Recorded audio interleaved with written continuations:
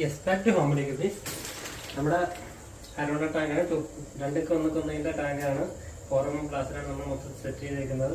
കൂടെ നമ്മൾ 4 സൈസ് അരോണയാണ് നമ്മൾ അതിൻ്റെ കൂടെ ആഡ് ചെയ്യാൻ വേണ്ടി പോകുന്നത്.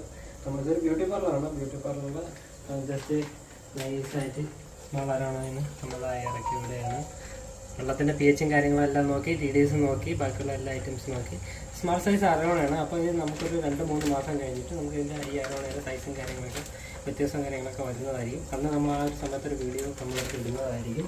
ഇതിൻ്റെ അകത്ത് നമ്മൾ ആഡ് ചെയ്തിട്ടുള്ളതെന്ന് വെച്ച് കഴിഞ്ഞാൽ സാൻഡും കാര്യങ്ങളെല്ലാം ആഡ് ചെയ്തിട്ടുണ്ട്. pH കറക്റ്റ് ഉള്ളതെല്ലാം നമ്മൾ ആഡ് ചെയ്തിട്ടുണ്ട്. മെഡിസിൻ ഇപ്പോൾ നമ്മളിപ്പോൾ ആഡ് ചെയ്യും.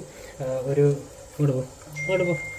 ഒരു നല്ലൊരു ഇൻറ്റർണൽ ഫിൽറ്റർ. ഇപ്പം വെള്ളത്തിൻ്റെ അളവ് കുറവായത് കൊണ്ടാണ് നമ്മളിപ്പം ഫിൽറ്റർ ഇപ്പോൾ ചരിച്ച് വെച്ചിരിക്കുന്നത്.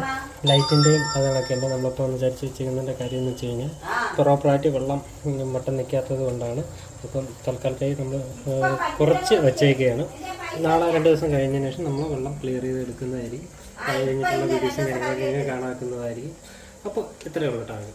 അപ്പോൾ ഇതുപോലത്തെ ഒരു അരോണ ടാങ്ക് സെറ്റ് നിങ്ങൾക്ക് സെറ്റ് ചെയ്യണം എന്നുണ്ടെങ്കിൽ നിങ്ങളുടെ വീട്ടിലോ നിങ്ങളുടെ എവിടെയായാലും ഇങ്ങനെ സെറ്റ് ചെയ്യണമെന്നുണ്ടെങ്കിൽ നമ്മളത് ബന്ധപ്പെട്ട് കഴിഞ്ഞാൽ നമ്മൾ സെറ്റ് ചെയ്ത് തരുന്നതായിരിക്കും.